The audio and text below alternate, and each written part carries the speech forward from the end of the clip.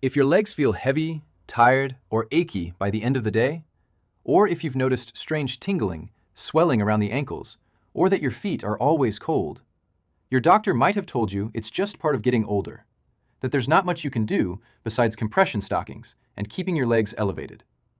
But what if that advice was leaving out the most powerful thing you could actually do? What if a specific food, sitting quietly in most grocery stores, could start improving blood flow in your legs within days? Not weeks, days. Today I'm going to show you exactly what that food is, why it works at the cellular level, and the critical preparation mistakes that completely destroy its benefits before they ever reach your bloodstream. Hi, I'm Dr. John. Over the past 16 years, I've worked with thousands of patients over the age of 55 who came to me frustrated with leg pain, poor circulation, and swelling that just wouldn't go away. And I kept noticing the same pattern. The patients who responded fastest, who saw the most dramatic improvements in circulation, weren't necessarily the ones taking the most medications. They were the ones who had quietly added specific foods into their daily routine. Foods that Western medicine almost never talks about because they can't be patented and they don't generate revenue for anyone. And one food in particular kept showing up again and again in the research. It's inexpensive, it's widely available, and when prepared correctly, it directly supports the biological machinery your body uses to keep blood flowing freely through the vessels in your legs. In this video, I'm going to walk you through exactly why circulation in the legs breaks down as we age, and why this process is not inevitable. I'll explain the specific mechanism by which this food improves blood flow at the cellular level, backed by peer-reviewed research. I'll give you the exact amount and preparation method that gets the best results. And I'll show you 6 additional foods that multiply the effect when you eat them together.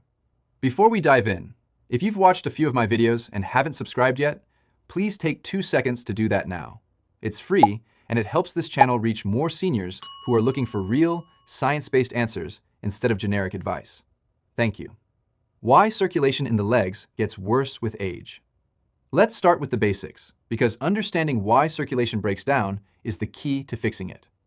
Your heart pumps blood outward through your arteries with every beat. But here's the part most people don't think about.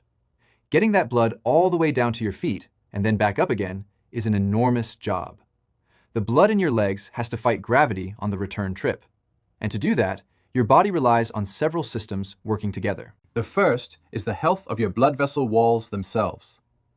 Running along the inside of every blood vessel is a thin layer of cells called the endothelium. Think of it like the non-stick coating inside a cooking pan. When that coating is healthy and smooth, blood flows easily. Cells glide through without friction. Nothing sticks, nothing clogs. But as we age, and especially when we eat a diet high in refined carbohydrates, sugar, and processed oils, that lining gets damaged. It becomes rough and sticky. Inflammation builds up inside the vessels. The walls get stiffer, and the diameter of the vessels actually narrows. Less space for blood to flow through, more resistance, less oxygen reaching your muscles and nerves. That's when you start feeling it, the heaviness, the aching, the swelling, the cold feet. The second system is nitric oxide production. Nitric oxide is a molecule your blood vessel walls naturally produce to keep vessels relaxed and wide open. It's like a natural vasodilator. It tells your blood vessels to expand. But here's the problem. After about age 40, your body's ability to produce nitric oxide starts declining, sharply. By the time you're in your 60s and 70s, you may be producing only a fraction of what you produced in your 30s. Less nitric oxide equals narrower vessels, higher blood pressure in the legs, and much worse circulation overall. The third factor is blood viscosity. In other words, how thick your blood is. Thicker blood is harder to pump. It moves more slowly. It's more prone to forming small clots in the tiny capillaries that supply the muscles in your legs. Dehydration, low omega-3 intake, and certain medications can all make blood thicker than it should be. So when a patient comes to me with poor circulation in their legs, these are the 3 things I'm looking at: endothelial health, nitric oxide production, and blood viscosity. And the food I'm about to tell you about addresses all 3. The food: beetroot. The food is beetroot, also called beets. And I know what some of you are thinking. Beets? Really?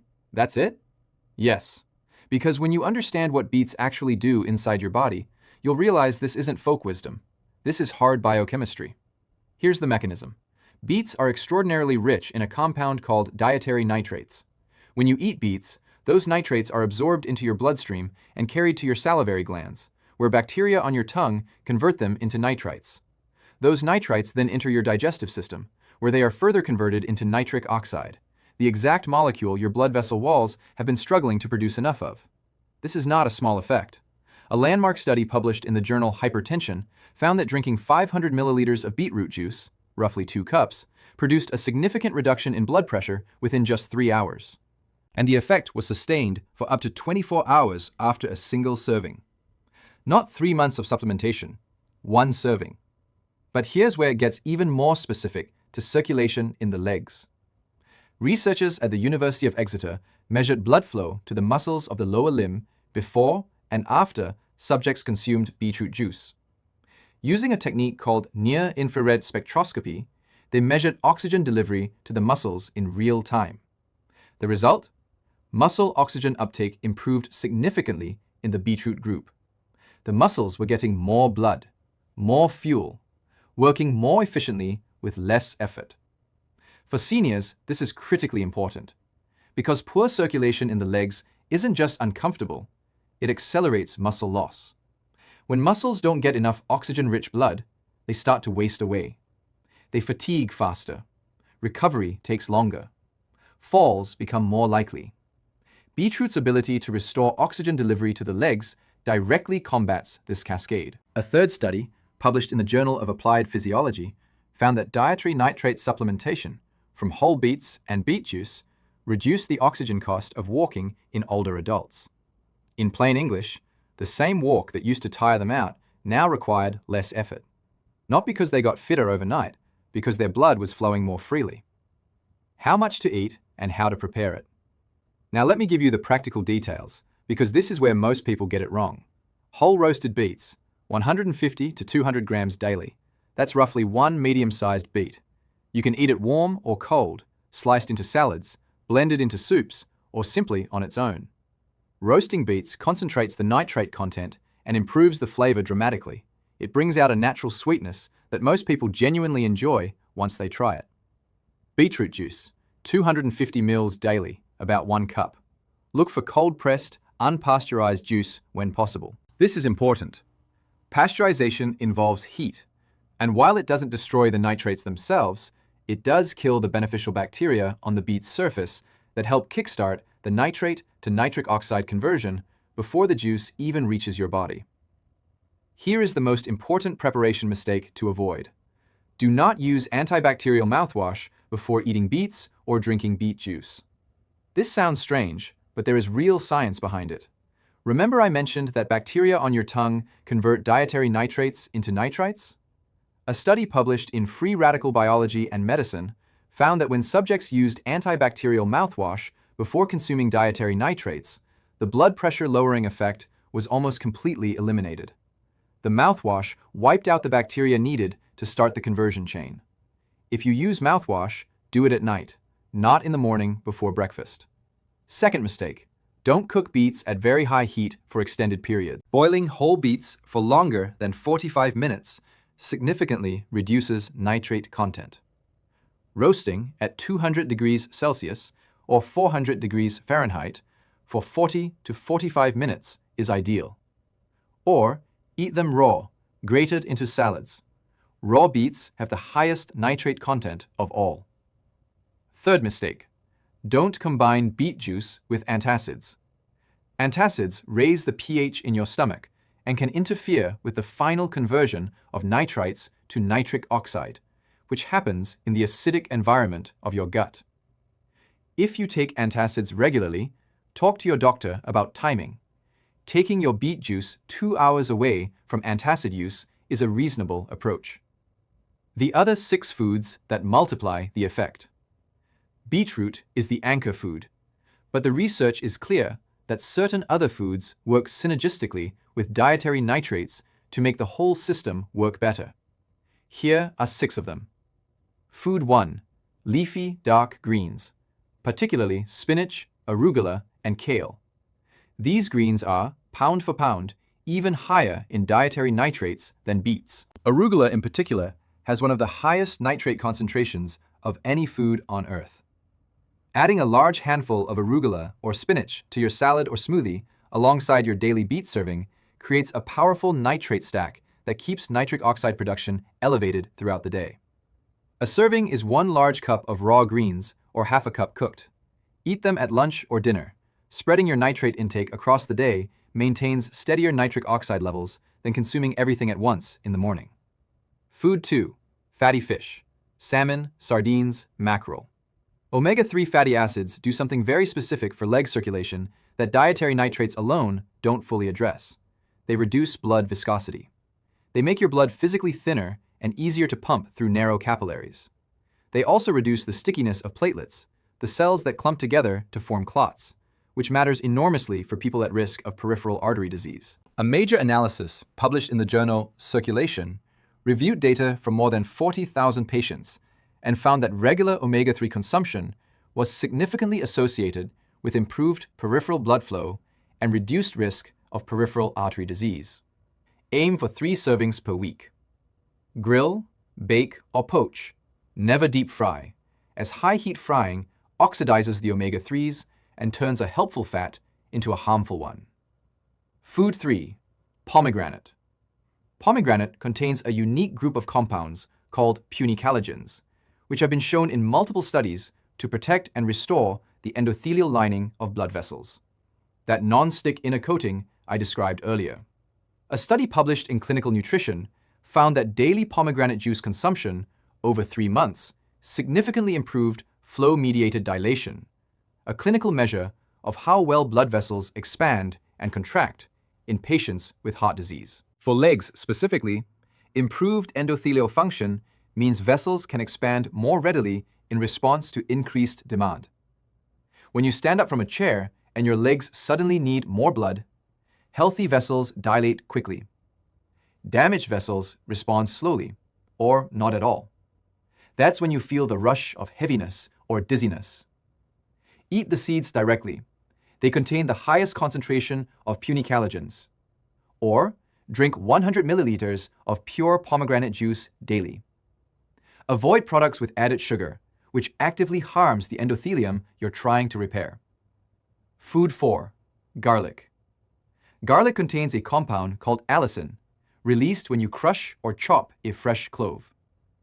Allicin has been shown to relax the smooth muscle tissue surrounding blood vessel walls, reducing resistance and allowing more blood to flow through. Think of it like releasing a grip around a garden hose. Suddenly, the water flows freely. A meta-analysis in the Journal of Nutrition reviewed 20 clinical trials and found that garlic supplementation significantly reduced both systolic and diastolic blood pressure. Lower blood pressure in the legs means less resistance, more efficient circulation, and less of the fluid backup that causes ankle swelling. Use 2 to 3 fresh cloves daily. Crush them and let them sit for 10 minutes before cooking. This gives the allicin time to fully form. Heat partially inactivates allicin, so adding a raw clove to your salad dressing or hummus is even more effective than cooked garlic. Food 5. Dark chocolate, at least 85% cacao. Before you stop reading, hear me out. The flavanols in high-percentage dark chocolate, specifically epicatechin, have been consistently shown to stimulate nitric oxide production from the endothelium itself, independent of dietary nitrates. So dark chocolate essentially works through a separate pathway from beets, doubling up the nitric oxide signal. A study published in the American Journal of Clinical Nutrition found that consuming flavanol-rich dark chocolate for 15 days significantly improved flow-mediated dilation in healthy adults. The effect was dose-dependent and comparable to some pharmaceutical interventions. The key word is high percentage. Milk chocolate has had most of the cacao, and therefore the flavanols, replaced with sugar and dairy. You need 85% or higher. A serving is 20 to 30 grams daily, about 3 to 4 small squares. Don't exceed this. More chocolate doesn't mean more flavanols reaching your bloodstream. Once you hit a saturation point, you're just adding calories. Food 6. Watermelon. Watermelon is one of the richest food sources of an amino acid called citrulline. Your kidneys convert citrulline into arginine, and arginine is the direct precursor your blood vessel walls use to synthesize nitric oxide, completely independently of the dietary nitrate pathway. So watermelon gives your body a second, entirely separate route to producing the molecule your legs need. A study in the American Journal of Hypertension found that watermelon extract supplementation reduced blood pressure and improved arterial function in obese adults with pre-hypertension. The citrulline was doing exactly what theory predicted, boosting nitric oxide production through the arginine pathway. Eat 2 to 3 cups of fresh watermelon 3 to 4 times per week. The rind actually contains even more citrulline than the flesh. So if you juice watermelon, include the white rind. It's tasteless and blends completely smoothly. The insider principles that separate results from disappointment. After more than a decade working with patients on circulation issues, here are the practical principles I've seen make the biggest difference. Principle 1. Morning is the optimal time for your beet serving. Nitric oxide production from dietary nitrates peaks roughly 2 to 3 hours after consumption. If you eat your beets or drink your beet juice with breakfast, you're setting yourself up for peak circulation during the late morning, exactly when most seniors are most active, going for walks, doing light exercise, running errands. Timing your nitrate intake to your activity window amplifies the benefit. Principle 2. Vitamin C dramatically boosts nitrate absorption. Adding a squeeze of lemon or orange to your beet juice or beet salad increases the absorption of dietary nitrates and protects nitric oxide from being broken down before it reaches your blood vessel walls. A simple squeeze of lemon over roasted beets isn't just flavor, it's chemistry. Principle 3. Avoid chlorinated tap water with your beet meals. This sounds pedantic, but the chlorine in tap water kills the oral bacteria responsible for converting nitrates to nitrites. Drink filtered water or still mineral water when eating your nitrate-rich meals. This single change has been shown in research settings to meaningfully improve the blood pressure response to dietary nitrates. Principle 4. Movement. Even gentle movement amplifies everything. The foods in this protocol are not magic pills. They restore and support the biological systems that keep circulation healthy. But those systems respond even better when you give them a reason to work. A 15-minute walk after your nitrate-rich meal creates a natural demand for blood flow in your legs. Your vessels dilate in response to that demand. Over time, with repeated signals, the vessels actually become more responsive, more elastic, more capable of expanding when needed. The food primes the system. The movement trains it. Principle 5. Consistency is the mechanism. I see this mistake constantly.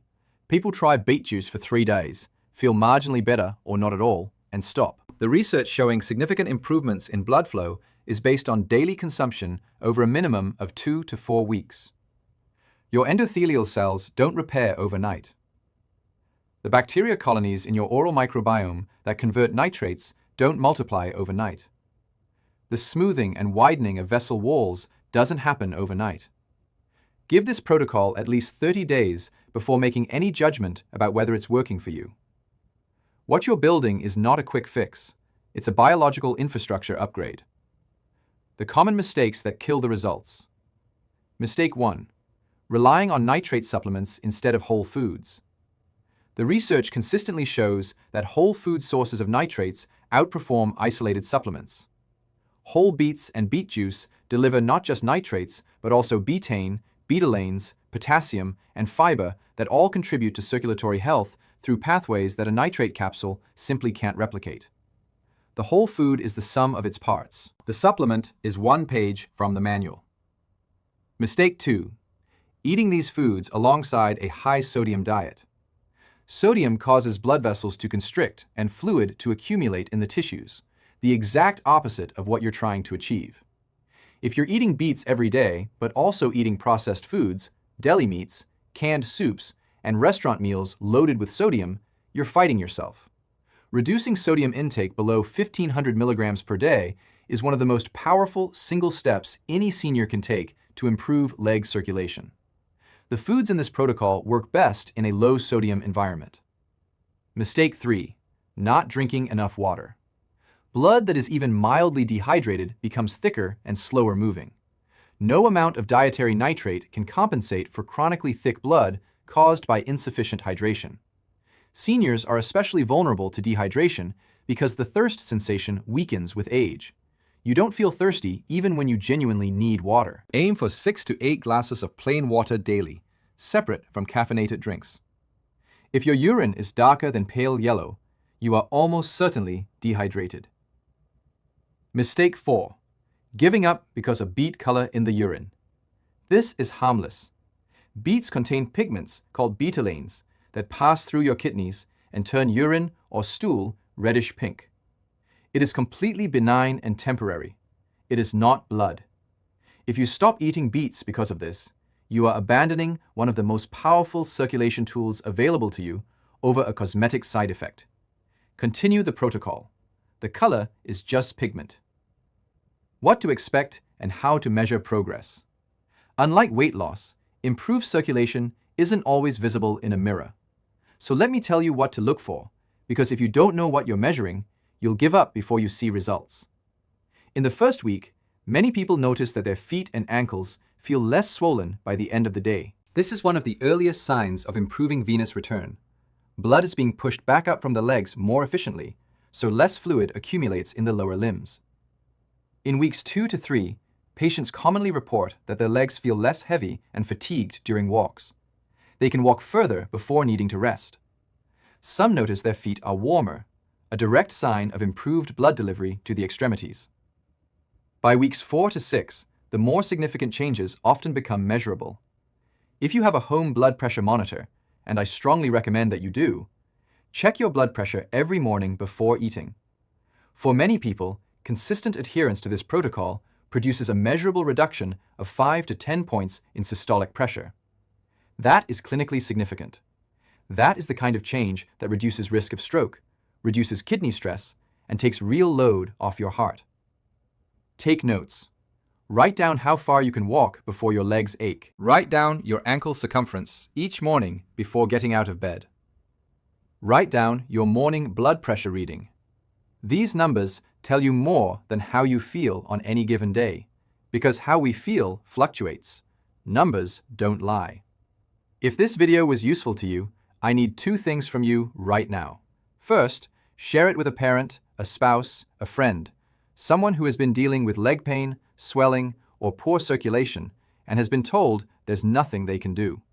The information in this video could genuinely change how they feel every single day. Second, hit subscribe and like this video so we can keep getting evidence-based, practical health information in front of the people who need it most.